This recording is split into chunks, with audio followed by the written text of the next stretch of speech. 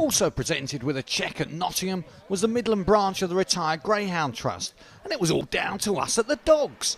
A charity bet placed with sponsors Betfred on Cleaner's Lady won for us 4 figures. So next morning our producer Clive Lawrence let the train take the strain to see how the money will be spent. The Midlands branch of the RGT is just outside Newark and is run by this man, John Morton. John makes it his business to alter people's perceptions of ex-racers as he strives to home as many greyhounds as possible. What you've got to realise is, if you're an athlete running, you eat very high protein food to give you energy. When a dog's racing, it's fed on very high protein food. So it's more or less hyper all the time, it's raring to go. So it will have the energy to run and run and run. As soon as you retire from racing, you bring the protein down straight away. And in a couple of days, you're just calm and collected. They sleep a lot, they're very quiet, they walk very well on the lead. And one of the best things about a greyhound is they travel extremely well. They put in the back of a car or a mat and they go to sleep till you get there, and then they wake up to, oh, where am I? That's good. And they're not hyper dogs anymore. Yes, they will chase little things at times, but a dog is as good as the owner.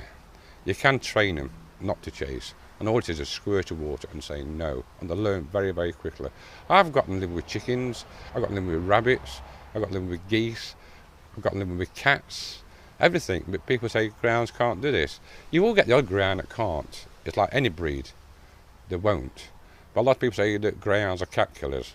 All dogs are, I'm afraid. But greyhounds just tend to be that little bit quicker at times. But then again, it's the owner again. Back to the owner all the time. When a dog leaves me, they get lots of information as well as other things. They get lots and lots of information. How to train to go with cats, how to separation anxiety.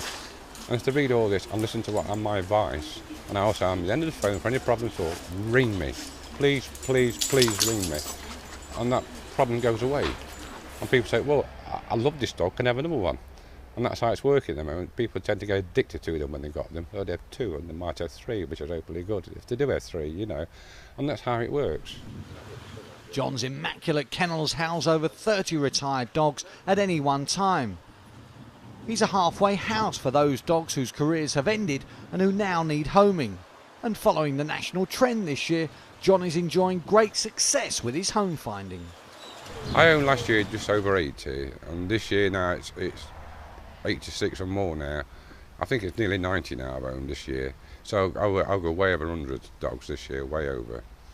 But to me, most of the times, it's not the quantity of dogs, how many you home, it's the quality of the home the dog's going to. That's my personal opinion again, you know, because I take a lot of care of my dogs, as you can see with the kennels anyway. So John, obviously you want to find good homes for all of your greyhounds, but any ones in particular that deserve a mention today? I would like to mention Duke, Deli and Gemma. They are 3 dogs that live together. They've been together about 3 to 4 years in the house. It's like everything else. At the time, the marriages broke up and the lady's got to work 12 hours a day, and she cried her eyes out, said, I can't keep him, John, can I find my home? Now, they've been here now nearly 8 months, and there's no problem whatsoever. Absolutely 0 problem. They walk very well on the lead. Duke's a big boy, but he's lost without his 2 girls. And he's a gentleman, he waits for them to come in the kennel, and he waits for them to go to bed before he even lies on his own bed. And he's so gentle, and I have him off the lead, walking with me. Every 2 girls on the lead, but the boy just walks on side of me. So John, if somebody out there is watching, you can give these 3 dogs a home, how far would you travel? I would travel to Land's End to John O'Groats for these 3. These 3 have raced. All 3 of them are 9-year-old. What they want in life now is they want to retire properly, and they want a lot of TLC. So if there's somebody out there, please, please find them a home. I will travel and give you a home. Please ring me and I will explain to you all about the dogs. Thank you very much. If you fancy adopting that trio, contact details coming up, but there are hungry mouths to feed now.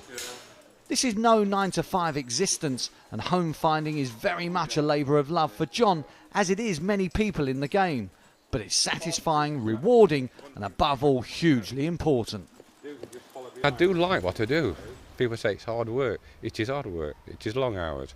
But God, it's satisfied. You get lots of satisfaction from it.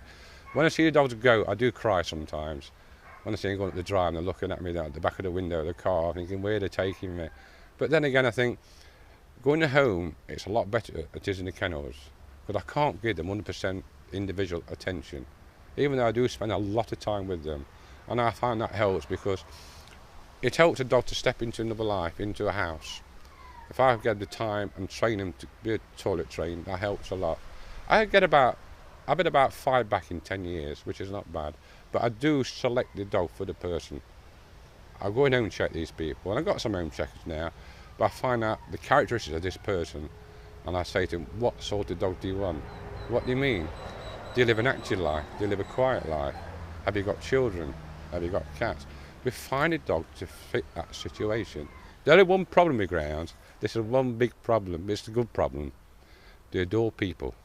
Greyhounds love people. So really, guard dogs, have a greyhound, it's a no-no. Watch dogs, yes. They'll watch somebody come in, watch somebody go out, and that's a greyhound for you. So if it's been a case of love at first, second and third sight, and you're interested in homing a greyhound, what's the best way of going about it? Procedure is first is pick up the phone or go on the website, look on the website, see what the dog's got, and get in contact with us.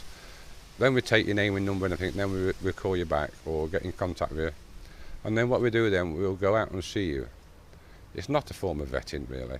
All it is for is to see if the garden's secure. A lot of people think, well, my house is not tidy. I'm not looking for a tidy house. No. Have you got a secure garden? Yes. Is the dog going to be happy? Yes. And I do talk to people, find out why they want a dog. What's the real reason why they want a dog? There's odd people you turn down, but not many. There's not many.